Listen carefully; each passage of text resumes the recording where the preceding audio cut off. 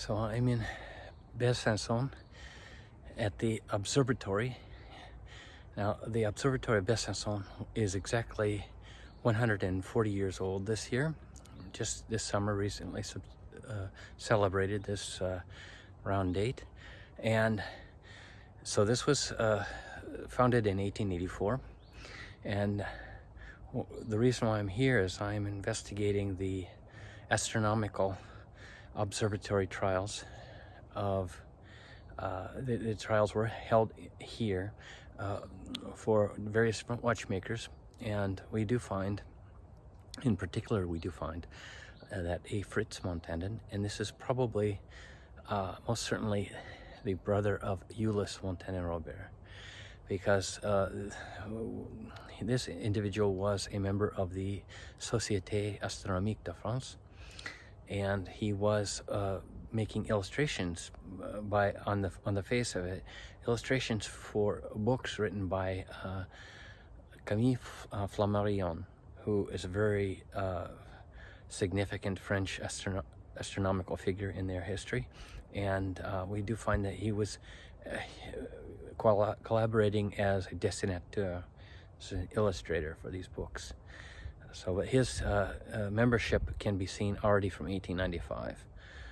He was probably, in the years before this, a member, and his address at La Chaux de Fonds is mentioned.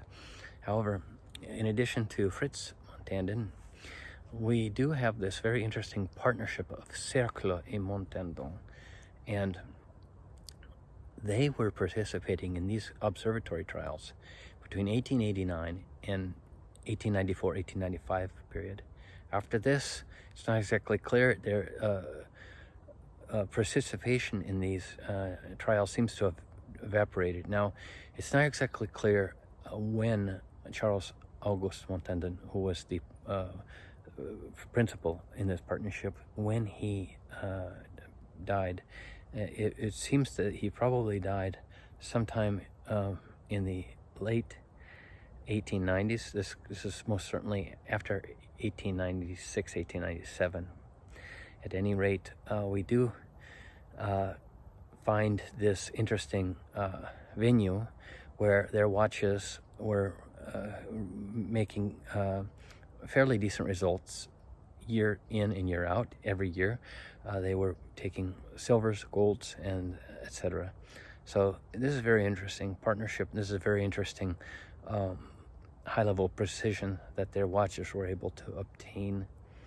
So I would like to just leave you with some pictures of the observatory, and I will be seeing some of the staff to discuss the historical data that's available in their records. So enjoy.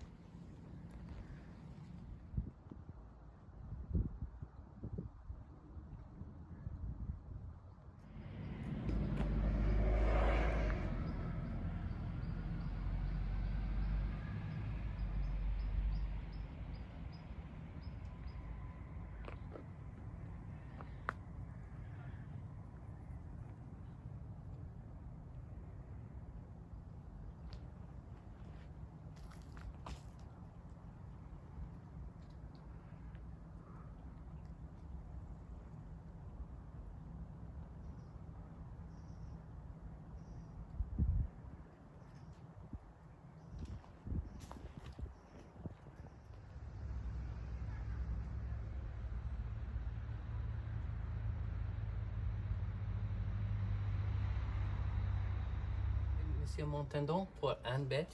Oui, j'arrive. Oh, merci beaucoup.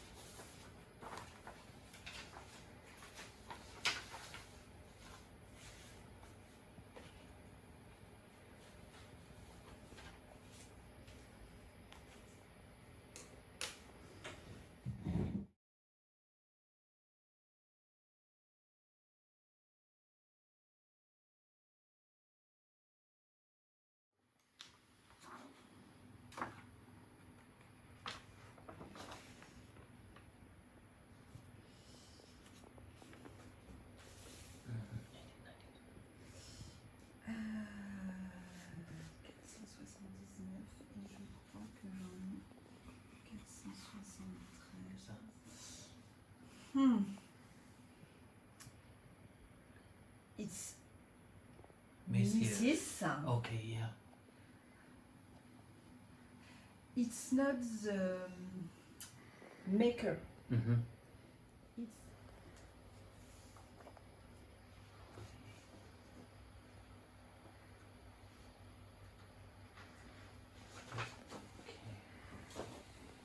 It's so. Messieurs. Ah, I actually don't have this in my. I don't have this. May I take a photograph? Yes. Uh, I take the other.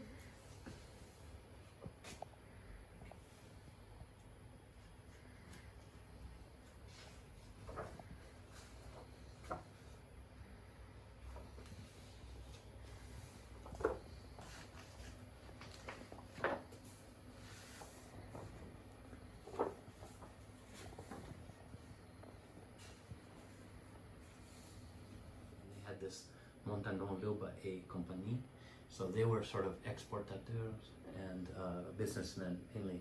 But he, so at present, I'm just looking through several different years of the observatory records with regards to the. Oh, you yeah, with regards to the chronometer competitions. A number of the watch, and after all the watchmaker have a number, so Montandon and Cercleux probably the 29 dot 2 because there is two number in 29. After it's the watch number. And here for it's the number of les chiffres 1, 2, 3, 4. Ah, okay. So all is put on the watch with the same organization. First line. Watchmaker number, second watch number, and third. I actually found in the Mexican press from 1866 and 1871 articles warning the public to avoid these counterfeit watches with Montandon. Oh. Yeah, it was so popular brand. This was during Napoleon III. And I the think watch passe the test, a obtenu un bulletin. Here is not passe the test. Donc c'est retourner pour excès de marche à la glacière. So I don't know in English marche. But the watch when she was in the low temperature. Right. They were doing that in the oven. She don't. And in the cold and in different positions. Yes, different positions, different temperature, and probably at this time 29 days. But it's changed The most is probably 55 day. Actually, it's 16 days. It's 99% written. I'm just going through a second time to do the editing. And 1792, and they went into Holland, and these cavalry troops went into a shop, and they bought 2 silver watches, and the officer.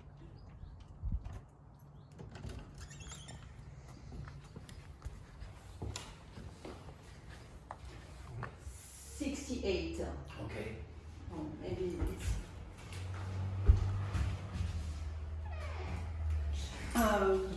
Before this period, there is only a few observatories in France because the head of the Paris Observatory was tyrannic. He wants only is the head of the observatory for all the France and say no, not the observatory. So. It's un cercle méridien, probably in English meridian circle. It's only a lens, so we can see the star and the orientation is north-sud.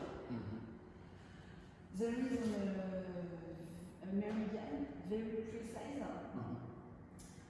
and so we know with calculation the star, when the star goes through this meridian, and we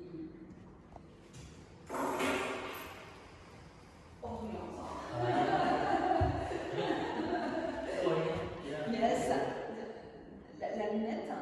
So we can see the star. So we have the position. So it's not used for the time, but it's used for observe star we don't know. So because we have the time reference, we have the position, so we can find new star on the. It's extremely good combination. Hey, may I have a picture with you? Yes.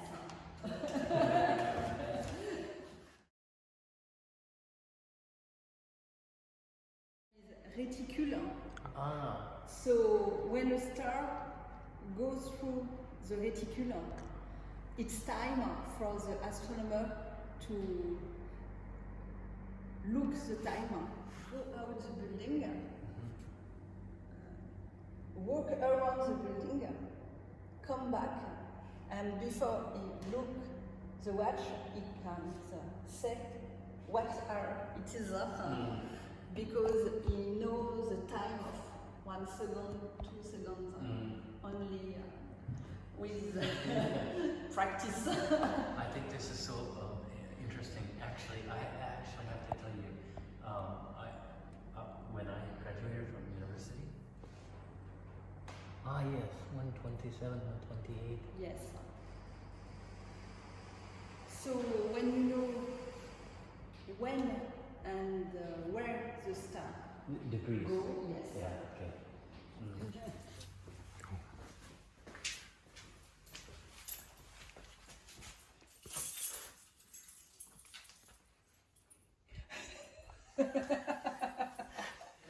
We don't have eyes and we're going to plug them. It's okay. Don't worry about moving the ice. Yes. Go to the field and the ice. No. The ice again. Yes. Another ice test. C'est alors. C'est pas grave. C'est bon, j'ai crié. 350 clock in the world who defines the second. And we have 3 because if we have only two, if one of them don't function, or So as we analyze the data from the observatory chronometers, we do find that this partnership began submitting watches probably around 1888. Now, there may have been some watches submitted prior to this. We have to remember that the observatory was functioning only from 1884 when it was founded, so probably in the first several years we won't see these observatory trials happening just yet, but this partnership seems to have been submitting these watches between November of 1888, and this ran until at least around November of 1896. So they seem to have had a fair run, and there was a bare minimum of 41 watches submitted. Now, it does appear that it was a 42nd watch, which I did miss one watch, and this is very close in serialization to some of the others. But this is very interesting.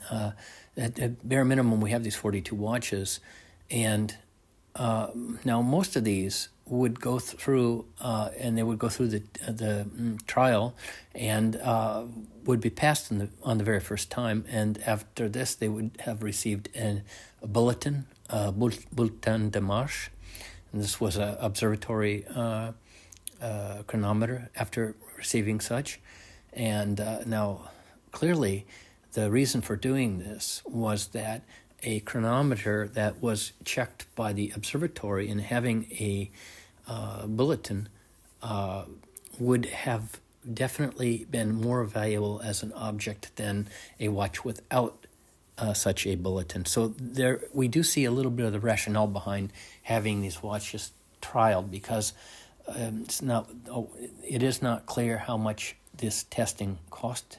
It would have been economically feasible. And I also am not sure if a watch failed on the first attempt, and we do see a maximum of approximately 3 times for some of these watches to go through. It is not exactly clear whether these additional attempts at the trial was this some sort of fee that was paid for each of these watches, and would they have had to have paid again? This isn't clear. However, the fact that they were submitting these up to 3 times does suggest that it was economically feasible in those cases to continue. But after this, it probably wasn't feasible. So, but now it's quite interesting. Now, we do see in certain situations, and we have this information. If you'll see on the left, we have the date when the watch was submitted, and then we have the serial number of the piece. Now, these are all stem winding models, and then there's a very fascinating, in addition to the date, the serial number, and we do have a description of what sort of technical characteristics these watches possess, and most of these are anchor escapement, breguet, and then we do see, for example, the metal composition, like if was it steel, acier. In certain cases, we even see palladium. So these are all rather interesting and very concrete information related to these watches. And then in the notes, we have whether the watch received the bulletin de marche, or was it failed for a certain reason, and if so, what the reason was. And then oftentimes we will see this a obtenu un bulletin avec mention. And this is a mention, a special mention. And several of these watches, at least 4, did receive mentions. 2 were, I believe, simple mentions, and the others were higher. So this is rather excellent. And I do believe that they were able to win first and second places in a lot of these trials. That the very last column I have here, how many trials that particular watch went through. So first attempt, second, third, etc. So, but we do have this information that is very helpful in giving us an idea of the types of watches that this partnership was manufacturing. And we see the watches in the period 1888, 1889. We do see that they are exactly what was submitted and what the results were. And it's very interesting, the notes. The notes reveal a lot. For example, if we look at the watch from November 11th of 1889, serial number 7214, n'a pas obtenu de bulletin et carte moyenne trop forte. So in this situation, the median deviation was too great, and therefore it had to be submitted a second time.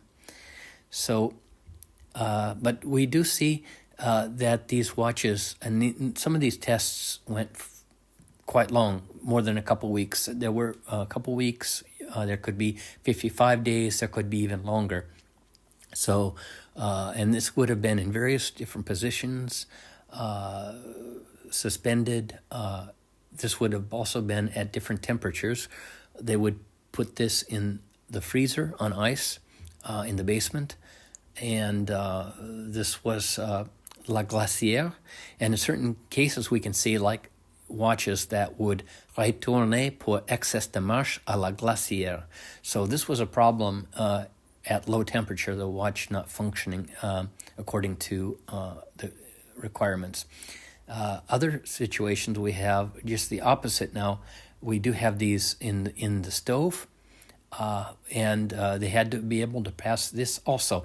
And in a case where they did not pass this, we see, for example, in the notations, n'a pas obtenu de bulletin marche trop fort dans l'étuve.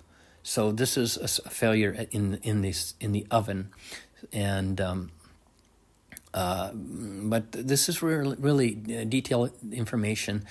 In certain cases, we see the amount of we can tell the amount of days. For example, 1892, we see this watch number 14922 obtenu un bulletin, 33 days tested. So this is quite fascinating. Another one we see from 1892, number 5161. This was a anchor escapement Breguet. Obtenu un bulletin avec mention très satisfaisant. So this was very satisfactory mention. This did quite well.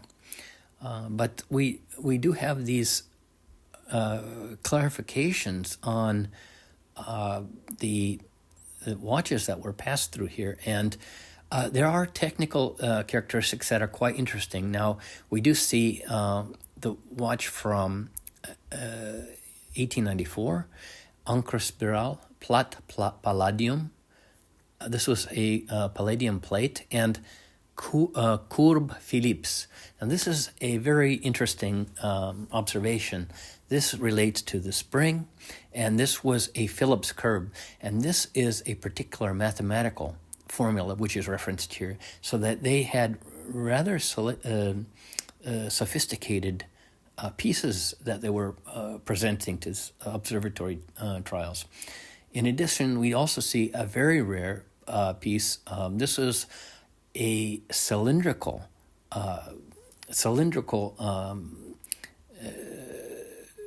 piece. I mean, this is, if you can picture, and this is very rare, but if you could picture the hairspring that is basically as a goes from up to down, and this is a cylinder, a so-called cylinder type of hairspring, and these are very rare. This is almost like watchmaker candy, this variety of hairspring, but we do see that their technical sophistication for these pieces was certainly in play here, and this is also to be noted that the level of their mastery. And for example, this one in particular, this Phillips curve, model that was sent in 1895, number 17850. This a obtenu un bulletin avec mention. So once again, this is quite interesting, and I really hope to one day discover one of these pieces. It's not exactly clear how they were signing these watches. Was this under just Montandon? Was this the entire partnership, Cercleux Montandon? And indeed, was there a location, for example, Besançon, or how are they signed? This is not exactly clear, but one day this will hopefully come to light. And should anybody have had contact with such pieces, it would be very nice to hear from you. And please submit your comments and feedback after this video. I would be happy to have a conversation with you and look at your data. But this was just an in-depth analysis of these pieces at the observatory. I was very fortunate to have received excellent support from the observatory staff, and I was very happy to have finally gotten to the bottom of this mystery, and indeed to have discovered the individual, at least Charles Auguste Montandon Clerc. He was the principal behind this partnership, and indeed it is still under investigation. However, perhaps also one day Cercleux's identity will be revealed. Now, he was clearly the junior partner in this partnership, and his first name and his background is totally oblivious to us. His footprint, historically and genealogical, is almost non-existent, and most of these Cercleux that are in France come from a few locations in the Loire Valley or Western France, in the Tours area, and it is not exactly clear, is he one of these, or was he one of a very rare one in the Paris area that must have gone to Besançon? Once again, it'll be nice to learn this, and at some point, hopefully, the information will realize itself. But this is just a note for the record, and thank you for your attention, and I look forward to any feedback. Bye-bye.